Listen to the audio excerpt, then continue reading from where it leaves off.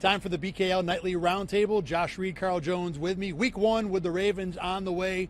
But, guys, the Bills do have an injury question mark at corner. We don't know if Trey White's going to be available. Dorian Strong, Jamarcus Ingram both talked about how ready they are.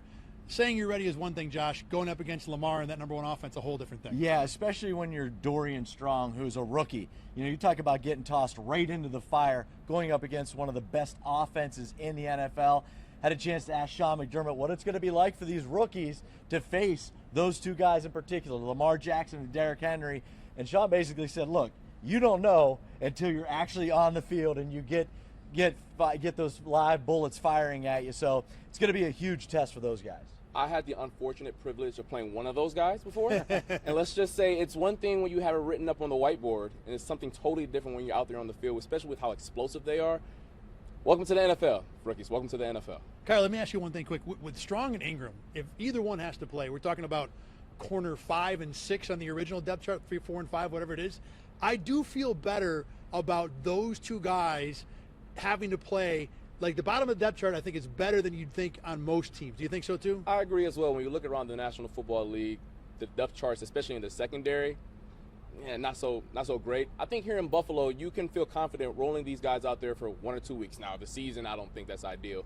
But for week 1, especially against an offense that, hey, they're not going to be asked to cover a lot. They're going to be like, hey, are you willing to tackle Derrick Henry in the hole? And that's not really a depth thing. That's like, hey, do you have the heart to do that or not? Yeah, it's not like they're facing A.J. Brown and Devonta Smith week 1. And one of the things that's going to be interesting, and we'll see how it plays out, but, you know, Christian Benford maybe gets locked up a little bit more in one-on-one and maybe shadows. Maybe it's Zay Flowers. I would think that'd be the guy who it would be.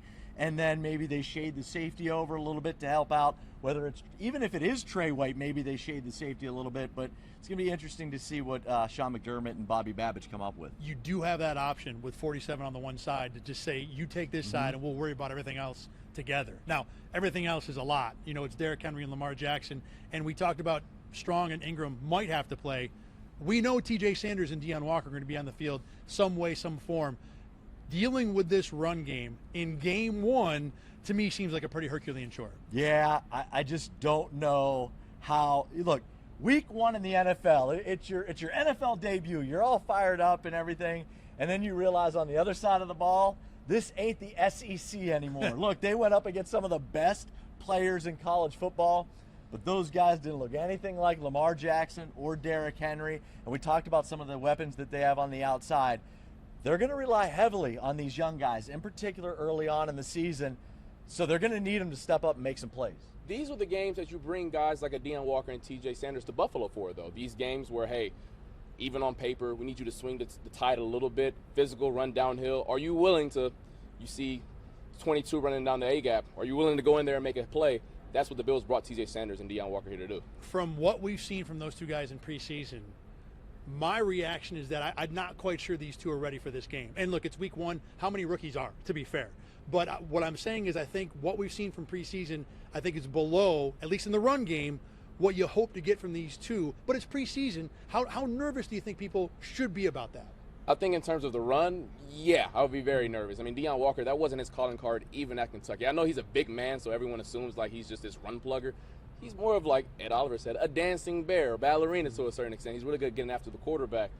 You know, the Ravens, they got guards pulling tight ends, pulling Lamar Jackson going this way and all that. They're going to have to really just slow the game down, rely on their keys. And that's much easier said than done in game 1. I grabbed Jordan Poyer coming off the practice field and said, look, you're a guy that's faced Lamar and Derrick Henry a lot during your career. What do you tell some of these first-year players?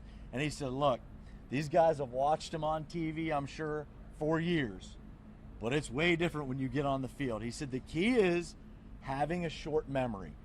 Lamar Jackson is going to make plays. This is from Jordan Poyer. He said, look, Lamar's going to make plays. That's the reason he's the MVP. But you got to make sure you have a short memory and don't let it snowball. How much fun is this week 1 opener going to be? I think the answer to that is easy. It's going to be a whole lot of fun. Yeah. Let me frame it to you guys this way, though. I think there are a lot of Bills fans out there looking at this as, well, this might be the 1 seed. This is going to be the game that determines it. The guys in this locker room are not going to put that high a price in this game. It's going to be just another regular season game.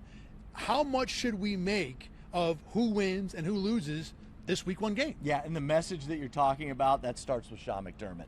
We had a chance to hear from him at the press conference that he holds every Wednesday, and he said, we got to keep this in mind. Week 1 is not going to dictate your entire season. And he put an emphasis that he says that he kind of tries to drill home with his team every year is you have to ascend as the year goes on. And I think that's one of the traits that we've seen with Sean's teams in the past. It's a long season, an extremely long season. You don't want to ride this roller coaster of some games you're up, some games you're down. It's just, that's not good for the human soul at this point in the year, right?